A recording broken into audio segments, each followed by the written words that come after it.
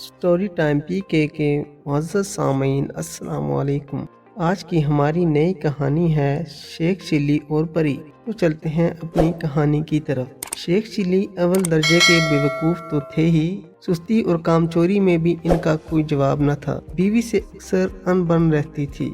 ایک روز بیوی نے کچھ زیادہ ہی برا بھلا کہا تو تنتنا کے چرپائی سے اٹھ کھڑے ہوئے اور دروازے کی طرف قدم بڑھاتے ہوئے بولے، لو ہم جا رہے ہیں شہر، ابھی اسی وقت نوکری کرنے۔ شہر کوئی یہاں رکھا ہے؟ دن بھر کا راستہ ہے، بیچ میں کھاؤ پیو گے کیا؟ بیوی بولی، ذرا ٹھہر جاؤ، روٹیاں پکائی دیتی ہوں۔ پھر اس نے 7 روٹیاں پکا کر دیں۔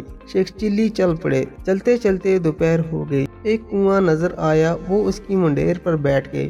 بہت زور کی بھوک لگی تھی۔ روٹیاں نکالی اور سر کھجاتے ہوئے بولے، 1 کھاؤں 2 کھاؤں کہ 7 کو کھا جاؤں؟ کنویں میں 7 پریاں رہتی تھیں۔ انہوں نے جو یہ سنا تو ڈر گئیں۔ ملکہ پری کنویں سے باہر آئی اور شیخ چلی سے بولی، تم کیوں کھانا چاہتے ہو 7 کو؟ بھوک جو زوروں کی لگی ہے، 1-2 سے کام نہیں چلے گا، اس لیے۔ شیخ چلی نے جواب دیا، اچھا اگر تم ہمیں نہ کھاؤ تو میں ایک ایسی چیز تمہیں دوں گی، کیا تمہارے خاندان بھر کو کبھی بھوکا نہ رہنے دے گی؟ پری بولی اور ہاتھ آسمان کی طرف بلند کیا۔ ہاتھ پر ایک دیگچی آ گئی۔ پری نے کہا، یہ دیگچی دیکھ رہے ہو؟ اس کے سامنے تم جب اور جس کھانے کا نام لوگے یہ اس سے بھر جائے گی۔ شیخ چلی بولے، روٹیاں تو ہیں میرے پاس، قورمہ مانگتا ہوں اس سے۔ دیگچی فوراً قورمے سے بھر گئی۔ شیخ چلی نے سیر ہو کر کھایا اور دیگچی بغل میں دبا کر چل دیے۔ شہر میں وہ ایک سرائے میں رکے اور دیگچی سامنے رکھ کر بریانی کا نام لیا۔ دیگچی بریانی سے بھر گئی۔ پھر زردے کی خواہش کی، وہ بھی مل گیا۔ انہوں نے جی بھر کے کھایا۔ سرائے کی مالکہ بڑھیا یہ سب دیکھ رہی تھی۔ اس نے شیخ چلی سے دیگچی کے بارے میں پوچھا۔ انہوں نے صاف صاف بتا دیا۔ بڑھیا نے چکنی چپڑی باتیں کر کے شیخ چلی کو رات سرائے میں ہی ٹھہرا لیا، اور جب وہ سو گئے تو پریوں والی دیگچی چرا کر اس کی جگہ ویسے ہی دوسری دیگچی رکھ دی۔ شیخ چلی نکلی دیگچی لیے گھر پہنچے اور بیوی سے بولے، دیکھو نیک بخت، تمہارے لیے کیا لایا ہوں۔ پھر انہوں نے دیگچی کے بارے میں بتایا اور مرغ مسلم کی فرمائش کی، مگر دیگچی خالی رہی۔ انہوں نے کئی اور کھانوں کے نام لیے مگر کچھ نہ ہوا۔ بیوی نے خوب مذاق اڑایا۔ وہ شیخ چلی کی بات پر یقین کرنے کو تیار نہ تھی۔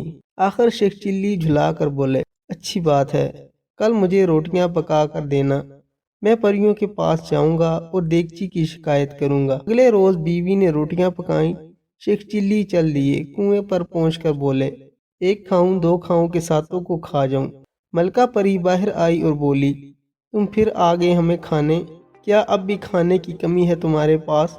شیخ چلی کی شکایت پر کہ دیگچی ان کی فرمائش پوری نہیں کر رہی۔ پری سوچ میں پڑ گئی، پھر بولی، خیر چھوڑ دو دیگچی کو، میں تمہیں ایک ایسا تحفہ دیتی ہوں کہ تم مالا مال ہو جاؤ گے۔ اس نے اپنا دایاں ہاتھ آسمان کی طرف بلند کیا۔ ایک سفید خوبصورت مرغی ہاتھ میں آ بیٹھی۔ پری نے مرغی شیخ چلی کی طرف بڑھاتے ہوئے کہا، یہ سونے کا انڈا دینے والی مرغی ہے، جب کہو گے تب سونے کا انڈا دے گی، اسے لے جاؤ اور اب ہمیں پریشان کرنے مت آنا۔ شیخ چلی نے خوشی خوشی مرغی بغل میں دبائی اور چل پڑے۔ وہ پھر اسی سرائے میں پہنچے۔ بڑھیا نے انہیں دیکھا تو فوراً قریب آئی، پوچھا، اب کیا تحفہ لائے ہو؟ شیخ چلی نے اسے نہ صرف مرغی کے بارے میں بتایا بلکہ تجربہ کر کے بھی دکھا دیا۔ بڑھیا بہت خوش ہوئی۔ اس نے شیخ چلی کو سرائے کے سب سے خوبصورت کمرے میں ٹھہرایا، خوب خاطر مدارت کی۔ رات کو شیخ چلی مرغی کی ٹانگ اپنی چرپائی کے پاس سے باندھ کر سو گئے۔ بڑھیا نے موقع پا کر مرغی چرا لی اور اس کی جگہ دوسری ویسی ہی مرغی باندھ لی۔ شیخ چلی نکلی مرغی بغل میں دبائے گھر پہنچے اور لگے ڈینگے مارنے۔ بیوی نے کہا، میاں سونے کا انڈا دیکھوں گی تو یقین کروں گی۔ ہاں کیوں نہیں، ابھی لو۔ شیخ چلی جوش سے بولے اور مرغی سے کہا، بی مرغی سونے کا انڈا دو۔ مگر بی مرغی سونے کا انڈا تو کیا عام انڈا بھی نہ دے سکیں۔ بیوی پھر مذاق اڑانے لگی۔ شیخ چلی غصے سے بولے، کل تم پھر روٹیاں پکانا، دیکھو میں کیا حشر کرتا ہوں ان دھوکے باز پریوں کا۔ اگر واقعی زندہ نہ چبا گیا تو شیخ چلی نام نہیں، بس رہنے دو۔ میرا خیال ہے تم روٹیاں ہڑپ کرنے کو یہ سارا ڈرامہ کرتے ہو، اب کوئی روٹی نہیں ملے گی۔ خیر نہ دینا روٹی، میں بغیر روٹی کے ہی چلا جاؤں گا۔